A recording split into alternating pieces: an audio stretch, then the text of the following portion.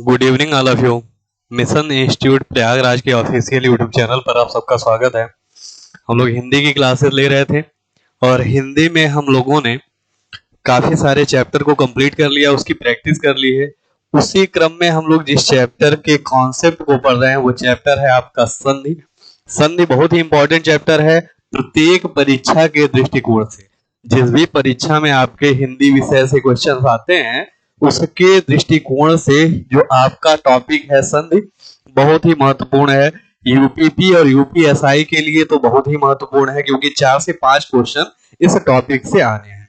और हम लोगों ने संधि के बारे में जान लिया कि संधि आखिर में कहते किसे हैं, संधि कितने प्रकार की होती है ये भी हम लोगों ने जान लिया है। संधि में जो स्वर संधि होती है, स्वर संधि का निर्माण कैसे होता है वो हम लोगों ने जाना। स्वर संधि के जो 5 प्रकार होते हैं, दीर्घ स्वर संधि, गुण स्वर संधि, वृद्धि स्वर संधि, यण स्वर संधि और अयादि स्वर संधि, इनके बारे में भी हम लोगों ने डिटेल से पढ़ लिया। अब जो हम लोग पढ़ेंगे आगे इसी क्रम में जिस संधि के बारे में पढ़ेंगे वो संधि है आपकी व्यंजन संधि। कौन सी संधि है? व्यंजन संधि। तो हेडिंग डालिएगा व्यंजन संधि, हेडिंग डालिएगा व्यंजन संधि, व्यंजन संधि, व्यंजन संधि, व्यंजन संधि। अब देखिए व्यंजन जो संधि होती है, व्यंजन संधि की अगर बात की जाए कि व्यंजन संधि की परिभाषा क्या होती है तो देखिए व्यंजन का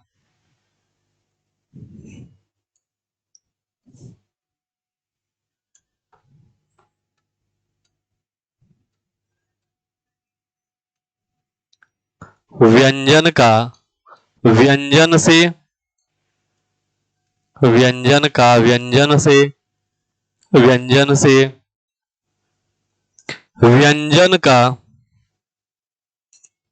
व्यंजन का स्वर से व्यंजन का स्वर से अथवा अथवा स्वर का व्यंजन से अथवा स्वर का व्यंजन से व्यंजन से व्यंजन का व्यंजन से व्यंजन का स्वर से अथवा स्वर का व्यंजन से संयोग होने पर जिस संधि का निर्माण होता है या संयोग होने के बाद जिस शब्द का निर्माण होता है उसमें जो संधि होती है वो कौन सी संधि होती है? व्यंजन संधि। व्यंजन संधि के निर्माण की कुल कितनी विधियां बताई गई हैं? तो 3 विधियां। कितनी विधियां बताई गई हैं? 3 विधियां। तो कहीं पर भी व्यंजन का व्यंजन से मेल होने पर, व्यंजन का स्वर से मेल होने पर या स्वर का व्यंजन से मेल होने पर कोई विकार आए यानी कि कोई परिवर्तन आए, कोई नया वर्ड बने, किसी वर्ड में परिवर्तन हो तो वहां पर प्रयुक्त जो संधि होती है उसे क्या कहा जाता है? व्यंजन संधि। उसे क्या कहा जाता है? व्यंजन संधि। और व्यंजन संधि को एक और नाम दिया जाता है और इसे और किस नाम से जाना जाता है? तो हल संधि।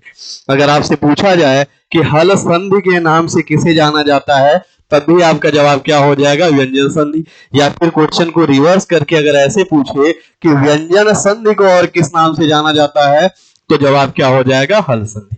ये पूरी कहानी है व्यंजन संधि की। तो व्यंजन का व्यंजन से मेल, व्यंजन का स्वर से मेल, स्वर का व्यंजन से मेल होने पर जो विकार होगा, जो परिवर्तन होगा उसी को क्या कहा जाएगा? व्यंजन संधि।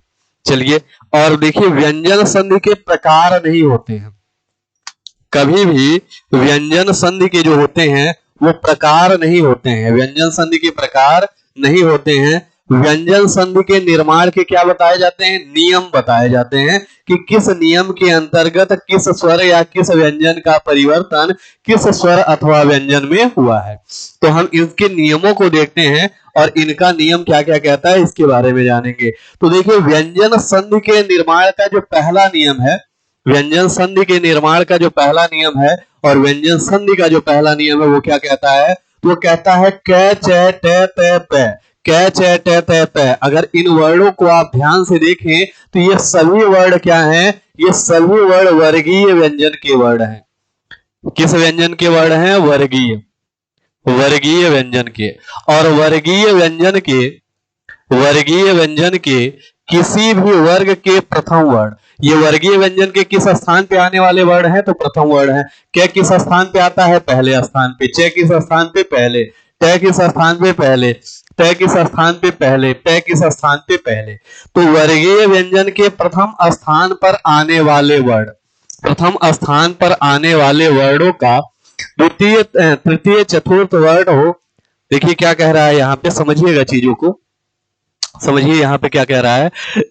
कै च ट त प, यानी किसी भी वर्गीय व्यंजन के प्रथम वर्ण के बाद अगर किसी भी वर्ग का तृतीय अथवा चतुर्थ वर्ण होगा, किसी भी वर्ग का तीसरा वर्ण हो, किसी भी वर्ग का तीसरा वर्ण हो, अथवा किसी भी वर्ग का चौथा वर्ण हो, अथवा कोई अंतस्थ वर्ण, अंतस्थ वर्ण कौन कौन से, तो य र ल अथवा व, य र ल अथवा व, अथवा कोई अंतस्थ वर्ण हो, अथवा कोई स्वर हो, अथवा कोई स्वर हो, तो प्रथम वर्ण के स्थान पर उसी वर्ग का तृतीय वर्ण हो जाएगा। तो ये जो प्रथम वर्ण आपको दिख रहा है क च ट त प, इसके स्थान पर क्या हो जाएगा, इसी वर्ग का। जैसे अगर क आया है तो क के स्थान पर क का तीसरा वर्ण क्या हो जाएगा, ग हो जाएगा। च आया है तो च के स्थान पे च के तीसरा वर्ण क्या हो जाएगा, ज हो जाएगा। ट आया है तो ट के स्थान पे ट का तीसरा वर्ण क्या हो जाएगा, ड हो जाएगा, ड हो जाएगा। तय आया है तो तय के स्थान पे तय का तीसरा वर्ण क्या हो जाएगा, द हो जाएगा। और तय आया है तो तय के स्थान पर तय वर्ग का तीसरा वर्ण क्या हो जाएगा, ब आ जाएगा, क्या हो जाएगा, ब हो जाएगा। तो किसी भी वर्गीय व्यंजन के प्रथम वर्ण के बाद, किसी भी वर्गीय व्यंजन के प्रथम वर्ण के बाद यदि किसी वर्गीय व्यंजन का तीसरा वर्ण, चौथा वर्ण या कोई अंतस्थ वर्ण या ल आए तो उस, अथवा कोई स्वर आए तो उस प्रथम वर्ण का परिवर्तन, या यूं कहा जाए कि प्रथम वर्ण के स्थान पर उसी वर्ग का तृतीय वर्ण हो जाता है। क के स्थान पे क्या हो जाएगा, ग हो जाएगा। छ के स्थान पे क्या हो जाएगा, ज हो जाएगा। ट के स्थान पर ड हो जाएगा, ट के स्थान पर ड हो जाएगा। त के स्थान पर द हो जाएगा और प के स्थान पे क्या हो जाएगा, ब हो जाएगा। प के स्थान पे क्या हो जाएगा, ब हो जाएगा।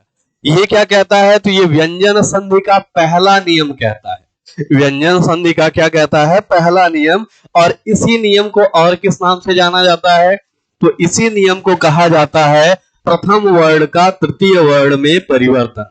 प्रथम वर्ण का तृतीय वर्ण में परिवर्तन। अब कैसे होता है इसे समझिए। तो देखिए ये सारे एग्जाम्पल दिए गए हैं और ये सभी के सभी एग्जाम्पल आपके एग्जाम में आए हुए हैं, समझिएगा। कहा जा रहा है वाक धन ईश, वाक धन ईश। अब यहाँ पर इस कै को अगर देखा जाए तो ये वर्गीय व्यंजन का पहला वर्ण है। कै वर्ग का कौन सा वर्ण है, पहला। कै वर्ग का कौन सा वर्ण है, पहला। और इसके बाद क्या आया है, बड़ी ई आई है। बड़ी ई अपने आप में क्या है, स्वर, स्वर। तो किसी भी वर्गीय व्यंजन के प्रथम वर्ण के बाद, किसी भी वर्गीय व्यंजन के प्रथम वर्ण के बाद यदि कोई स्वर आएगा तो प्रथम वर्ण का परिवर्तन अपने ही वर्ग के किसमें हो जाएगा, तीसरे में। अपने ही वर्ग के किसमें हो जाएगा, तीसरे में। तो ये कै वर्ग का पहला वर्ण है और कै के बाद क्या आया है, स्वर आया है। तो कै का परिवर्तन अपने तीसरे में होगा, यानी किसमें हो जाएगा, कै में। किसमें हो जाएगा, ग में। और शब्द क्या बनेगा, वागीश। शब्द क्या बनेगा, वागीश। देखिए इस कै का परिवर्तन हो रहा है ग में और किसी भी वर्ण का परिवर्तन नहीं हो रहा है। देखिए ये जो शब्द आपको, ये जो वा दिख रहा है इसमें कोई परिवर्तन नहीं हो रहा है। ये जो ईस दिख रहा है इसमें कोई परिवर्तन नहीं हो रहा है। केवल ये कै बदल करके क्या हो जा रहा है, ग। और हलंत के ग के ऊपर जब ई की मात्रा लगेगी तो ये क्या बन जाएगा, गे। और शब्द क्या बनेगा, वागीश। शब्द यहाँ पर क्या बनेगा, वागीश। तो केवल और केवल परिवर्तन किसका हो रहा है, प्रथम वर्ण का परिवर्तन किसमें हो रहा है, अपने ही वर्ग के तीसरे वर्ण में हो रहा है। आगे देखिए, दिक धन अंबर। ये क्या दे रखा है, हलंत का क्या दे रखा है। ये क्या है, कै वर्ग का पहला वर्ण है। कै वर्ग का पहला वर्ण है। और इस कै के बाद क्या आया है, ए आया है। ए अपने आप में क्या है, स्वर है। तो कहीं पर भी प्रथम वर्ण के बाद, कहीं पर भी प्रथम वर्ण के बाद यदि कोई स्वर आएगा तो प्रथम वर्ण का परिवर्तन अपने ही किस वर्ण में हो जाएगा, अपने ही वर्ग के तृतीय वर्ण में। और कै वर्ग का जो तीसरा वर्ण होता है वो क्या होता है, ग। और शब्द क्या बन जाएगा, दिगंबर। शब्द क्या बनेगा, दिगंबर। अब यहाँ पे देखिए, वाक धन धारा। यहाँ पर इस कै, ये क्या आया है, क्या क्या है, क वर्ग का पहला वर्ण, वर्गीय व्यंजन का क्या है, पहले स्थान पे आने वाला वर्ण है। और इस क के बाद क्या आया है, धा आया है, धा आया है। और धा का अगर विच्छेद करेंगे तो यहाँ पे क्या मिलेगा, हलंत का ध प्लस क्या मिलेगा, आ। यहाँ पे क्या आया है, इस क के हलंत के क के बाद क्या आया है, ध आया है। अब ध्यान से देखिए, ध किस वर्ग का है, तो तय वर्ग का। किस वर्ग का है, तय वर्ग का। और तय वर्ग में किस स्थान पे आता है, तो तय वर्ग को अगर लिखा जाए तो तय थ द और ध, तय थ द और ध। तो तय पहले स्थान पे, थ दूसरे स्थान पे, द तीसरे स्थान पे, और ध किस स्थान पे है, चौथे स्थान पे। और किसी भी वर्ग के प्रथम वर्ण के बाद, किसी भी वर्ग के प्रथम वर्ण के बाद किसी भी वर्ग का तीसरा या चौथा वर्ण आए, किसी भी वर्ग के प्रथम वर्ण के बाद किसी भी वर्ग का तीसरा या चौथा वर्ण आए, अथवा अथवा कोई स्वर आए, अथवा कोई अंतस्थ वर्ण आए, तो उस प्रथम वर्ण का परिवर्तन किसमें हो जाता है, अपने ही वर्ग के तीसरे वर्ण में। किसमें हो जाता है, अपने ही वर्ग के तीसरे। तो यहाँ पर ये पहला वर्ण आया है, और पहले वर्ण के बाद क्या दिख रहा है, यहाँ पर चौथा वर्ण। तो इस पहले का परिवर्तन किसमें हो जाएगा, अपने वर्ग के तीसरे में। और क्या बनेगा, शब्द, शब्द बनेगा वागधारा। शब्द यहाँ पे क्या बनेगा, तो शब्द यहाँ पे बनेगा वागधारा। वागधारा, शब्द क्या बनेगा, वागधारा, वागधारा। अब देखिए यहाँ पर आधे क का परिवर्तन आधे ग में होगा, और ग के बाद कोई स्वर नहीं आया है, तो ये आधा ही ग रहेगा, ये पूर्ण ग नहीं बनेगा। इस क के बाद इस क का परिवर्तन आधे ग में होगा, और आधे ग के बाद यहाँ पर ए दिख रहा है, तो ये क्या हो जाएगा, पूरा ग हो जाएगा। इस क का परिवर्तन आधे ग में होगा, और आधे ग पे ई की मात्रा जब चढ़ेगी तो यहाँ पर ये जो शब्द बनेगा क्या बनेगा, वागीश। और यहाँ पर ग का क्या हो जाएगा, ग में ई की मात्रा जुड़ने से क्या हो जाएगा, गी हो जाएगा, और शब्द क्या बनेगा, वागीश। तो कहीं पर भी पहले वर्ण के बाद अगर कोई स्वर आएगा तो पहला वर्ण तीसरे वर्ण में परिवर्तित होगा, लेकिन किस रूप में परिवर्तित होगा, पूर्ण रूप में। और अगर पहले वर्ण के बाद कोई व्यंजन आएगा, और व्यंजन में भी कौन कौन सा व्यंजन, या तो वो अंतस्थ व्यंजन हो, या तो तीसरे स्थान पे आने वाला कोई वर्ण हो, या तो चौथे स्थान पे आने वाला कोई वर्ण हो, तो पहले का परिवर्तन तीसरे में तो होगा, लेकिन किस रूप में, आधे रूप में होगा, पूर्ण वर्ण वो नहीं बनेगा। चलिए यहाँ पे देखिए, दिक धन अंतर मिलकर के क्या बन रहा है, दिगंतर। इस क का परिवर्तन किसमें हो रहा है, ग में हो रहा है। ऋक धन वेद मिलकर के क्या बन रहा है, ऋग्वेद मिल रहा है, क का परिवर्तन ग में। अच धन अंत मिलकर के क्या बन रहा है, अजंत बन रहा है। पहले का परिवर्तन किसमें हो रहा है, तीसरे में हो रहा है। पट धन आनन सट है, ये पट नहीं सट है। शट धन आनन मिलकर के क्या बनेगा, षडानन बनेगा, पहले का परिवर्तन तीसरे में। तत धन इच्छा मिलकर के क्या बनेगा, तजिच्छा, पहले का परिवर्तन किसमें हो रहा है, तीसरे में। वृहत धन रथ मिलकर के क्या बनेगा, वृहत रथ, पहले का परिवर्तन किसमें हो रहा है, तीसरे में। यही पूरा नियम है, और इसी में परिवर्तन होता है। यहाँ पे देखिए, सत धन आचार, तय के बाद हलंत के तय के बाद क्या आया है, आया है। तो ये तय वर्ग का पहला वर्ण है, और इसके बाद एक स्वर आया है, तो इस तय का परिवर्तन अपने ही वर्ग के किस में हो जाएगा, तीसरे में हो जाएगा। और जब तीसरे में होगा तो यहाँ पर जो शब्द बनेगा वो क्या बनेगा, सदाचार। शब्द क्या बनेगा, सदाचार, सदाचार।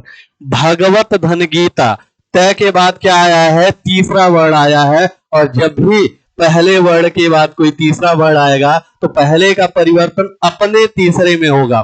तो इस तय वर्ग का तीसरा वर्ण क्या है, तय। तय का परिवर्तन किसमें हो जाएगा, तय में। और शब्द क्या बनेगा, भगवत गीता। क्या बनेगा, भगवत गीता। तत् धन रूप, तत् धन रूप, इस तय के बाद क्या आया है, र आया है। और र किस प्रकार का वर्ण है, अंतस्थ वर्ण है। पहले वर्ण के बाद अंतस्थ वर्ण आया है, तो पहले का परिवर्तन अपने किस में हो जाएगा, तीसरे में हो जाएगा। और यहाँ पर जो आपका शब्द बनेगा वो क्या बनेगा, तद्रूप। क्या बनेगा, तद्रूप। शत धन आशय, तय के बाद क्या आया है, स्वर आया है, तो तय का परिवर्तन किसमें होगा, अपने तीसरे में हो जाएगा। और शब्द क्या बनेगा, सदाशय। सत धन आनंद, तय के बाद क्या आया है, स्वर आया है, तय का परिवर्तन अपने तीसरे में होगा। शब्द क्या बनेगा, सदानंद। सत धन बुद्धि, तय के बाद क्या आया है, यहाँ पर ब आया है। और ब क्या है, तीसरा वर्ण है, पै फै बै, पै वर्ग का तीसरा वर्ण है। तो पहले का परिवर्तन अपने तीसरे में होगा, और शब्द क्या बनेगा, सदबुद्धि। क्या बनेगा? सद्बुद्धि, यहाँ पे हलंत रहेगा सद्बुद्धि। जगत धन ईश मिलकर के क्या बनेगा? जगदीश। तय का परिवर्तन किसमें हो जाएगा? दय में, और दय के ऊपर बड़ी ई की मात्रा लगेगी, शब्द क्या बनेगा? जगदीश। सत धन वाड़ी, शतधनवाड़ी, शतधनवाड़ी मिलकर के क्या बनेगा? तय के बाद क्या आया है? वह आया है। वह अपने आप में क्या है? अंतस्थ व्यंजन। तो तय का परिवर्तन किसमें हो जाएगा? हलंत के दय में, और शब्द क्या बनेगा? सदवाड़ी। शब्द क्या बनेगा? सदवाड़ी। शतधन गति, तय के बाद क्या आया है? गया आया है। गया किस स्थान पे आने वाला वर्ड है? तीसरे स्थान पे। क वर्ग का तीसरा वर्ड है। जैसे अगर लिखा जाए क ख ग, तो क किस स्थान पे आ रहा है? पहले। ख किस स्थान पे? दूसरे। और ग किस स्थान पे आ रहा है? तीसरे। तो क्या, और तय किस स्थान पे आता है? पहले। तो पहले स्थान पे आने वाले वर्ड के बाद तीसरे स्थान पे आने वाला कोई वर्ड आएगा, चौथे स्थान पे आने वाला कोई वर्ड आएगा, कोई स्वर आएगा, या फिर कोई अंतस्थ व्यंजन आएगा। कोई भी अंतस्थ व्यंजन अगर आएगा तो इस पहले वर्ग का परिवर्तन अपने वर्ग के किसमें हो जाएगा? तीसरे में। और तय वर्ग का जो तीसरा वर्ग है वो क्या है? दय। और शब्द क्या बन जाएगा? सदगति। शब्द क्या बनेगा? सदगति। यही पूरी कहानी है व्यंजन संधि के पहले नियम की। पहला नियम क्या कहता है कि प्रथम वर्ण का परिवर्तन अपने वर्ग के किसमें हो जाएगा? तीसरे वर्ण में। लेकिन प्रथम का परिवर्तन तीसरे में होने के लिए रूल क्या है? क्या आपको कंडीशन, कौन सी शर्तें यहां पर लग रही हैं? तो शर्त यहां पे क्या क्या है? तो पहले वर्ण के तुरंत बाद किसी भी वर्ग का या तो तीसरा वर्ण हो, या किसी भी वर्ग का चौथा वर्ण है, या फिर कोई अंतस्थ वर्ण हो। अंतस्थ वर्ण, अंतस्थ वर्ण का मतलब होता है य ल, या फिर कोई स्वर हो, या फिर कोई स्वर हो। अगर पहले वर्ण के बाद, पहले वर्ण के बाद किसी वर्ग का कोई तीसरा वर्ण होगा, किसी वर्ग का कोई चौथा वर्ण होगा, कोई भी अंतस्थ वर्ण होगा, या कोई स्वर होगा, तो इस प्रथम वर्ण का परिवर्तन अपने वर्ग के किसमें हो जाएगा? तीसरे वर्ण। अपने वर्ग के किसमें हो जाएगा? तीसरे वर्ण में। ये पूरी कहानी है व्यंजन संधि के पहले नियम की। फटाफट से स्क्रीनशॉट लीजिए, ये सभी उदाहरण आपके एग्जाम में पूछे गए हैं। जल्दी से एक स्क्रीनशॉट लीजिए, ये सभी के सभी उदाहरण आपके एग्जाम में पूछे गए हैं। चलिए,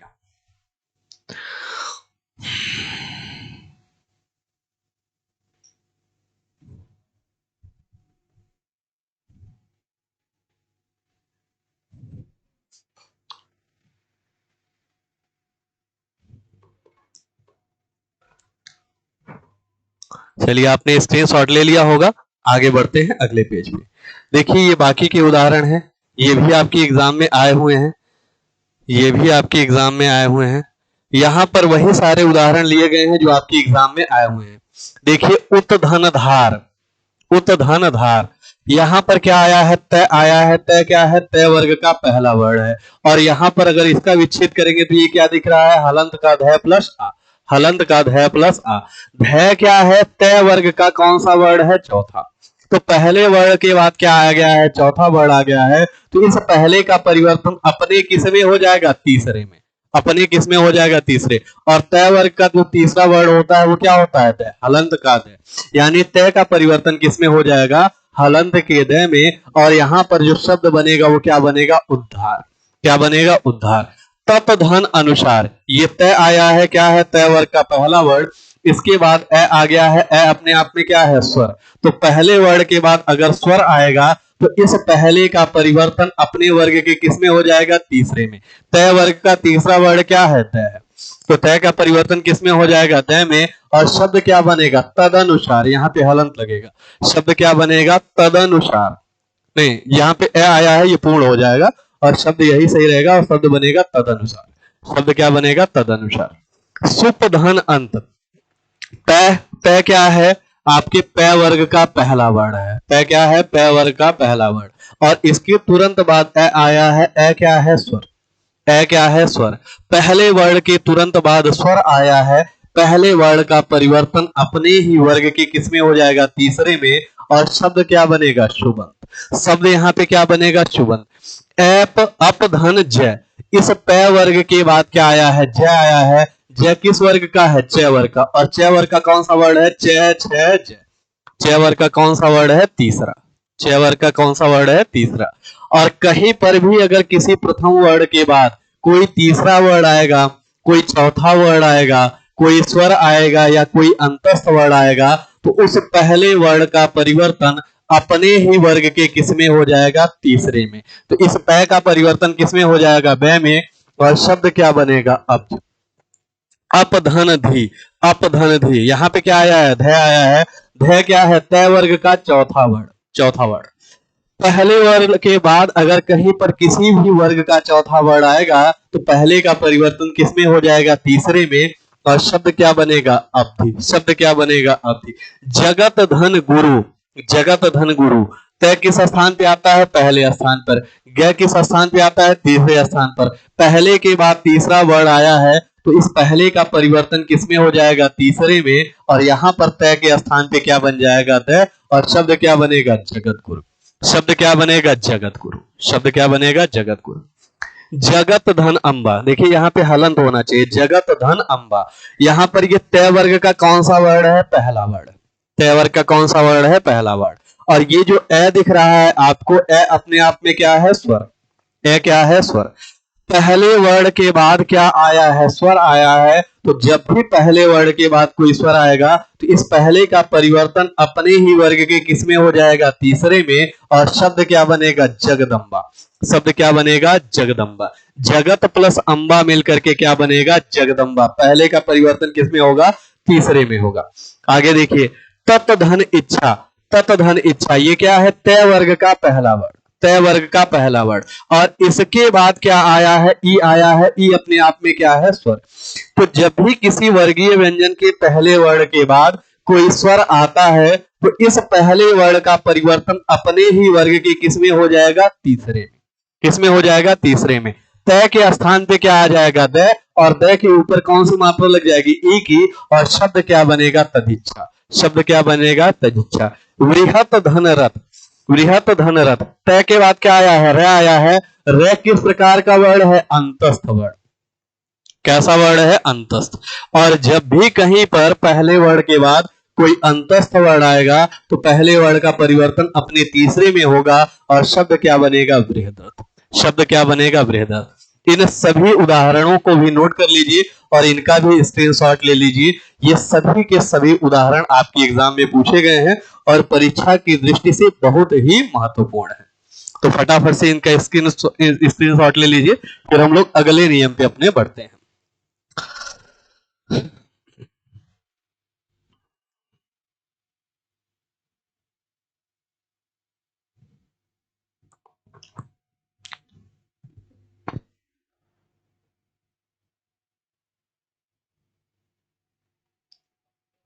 ठीक, चलिए आप लोगों ने स्क्रीनशॉट ले लिया होगा, आगे बढ़ते हैं, अगला नियम देखते हैं। चलिए देखिए ध्यान से, नियम नंबर 2 क्या कहता है? कह रहा है यदि किसी वर्ग के प्रथम वर्ण, प्रथम वर्ण का मतलब क्या होता है? क च ट त प के बाद कोई अनुनासिक वर्ण हो। अनुनासिक का मतलब क्या होता है? अंगा। अनुनासिक वर्ण में क्या क्या आएगा? जैसे कहा जाए अंगा, अंगा, कहा जाए इया, कहा जाए ड़, कहा जाए न, और कहा जाए मैं। ये सभी वर्ण क्या कहलाते हैं? अनुनासिक। तो किसी भी वर्ग के प्रथम वर्ण क च ट त प के बाद कोई अनुनासिक वर्ण हो तो प्रथम वर्ण उसी वर्ग के अनुनासिक में बदल जाता है। ये जो प्रथम वर्ण है क है, क का परिवर्तन किसमें हो जाएगा? अंग में। च का परिवर्तन किसमें हो जाएगा? इय में। ट का परिवर्तन हो जाएगा ड़ में। त का परिवर्तन हो जाएगा न में। और प का परिवर्तन किसमें हो जाएगा? में। समझिएगा किसका किसका परिवर्तन कहां कहां पे होगा। देखिए, क च ट त और प। क च ट त प के बाद अगर कोई भी अनुनासिक वर्ण, अनुनासिक वर्ण का मतलब क्या होता है? अंगा, इया, ड़, न, में। कोई भी अनुनासिक वर्ण आएगा तो क का परिवर्तन किसमें हो जाएगा? क का परिवर्तन अपने अनुनासिक में यानी कि किसमें हो जाएगा? अंगा में। च का परिवर्तन किसमें हो जाएगा? अपने अनुनासिक यानी कि य में। त का परिवर्तन अपने अनुनासिक यानी कि ड़ में। त का परिवर्तन अपने अनुनासिक यानी न में। और पै का परिवर्तन अपने अनुनासिक यानी कि मैं में हो जाएगा। कै बदल के क्या बन जाएगा अंगा, च बदल के क्या बन जाएगा इया, ट बदल के क्या बन जाएगा अड़, तय बदल के बन जाएगा न, और पै बदल के क्या बन जाएगा मैं। कैसे बदल रहा है ध्यान से समझिए। जैसे कहा जाए वाक धन मात्र, यहाँ पर क्या आ गया है, क्या आ गया है, ये क्या है, क वर्ग का पहला वर्ण है, और यहाँ पे क्या दिख रहा है आपको, मैं दिख रहा है। मैं किस प्रकार का वर्ण होता है, अनुनासिक वर्ण। मैं किस प्रकार का वर्ण होता है, अनुनासिक। अब क के बाद मैं आ गया है, तो इस क का परिवर्तन जब जोड़ेंगे दोनों को, संधि की जाएगी, तो संधि करते समय इस क का परिवर्तन किसमें हो जाएगा, अंग में, और शब्द क्या बनेगा, वांग मात्र। शब्द क्या बनेगा, वांग मात्र। दिक धन मंडल, देखिए ये क्या क्या है, पहले स्थान पे आने वाला वर्ण है, और इसके तुरंत बाद में आया है, मैं क्या है, अनुनासिक वर्ण है। तो इस क के बाद में आने के कारण इस क का परिवर्तन होगा, और किसमें होगा, अपने वर्ग के अनुनासिक में, और क वर्ग का जो अनुनासिक वर्ण है वो क्या है, अंग में।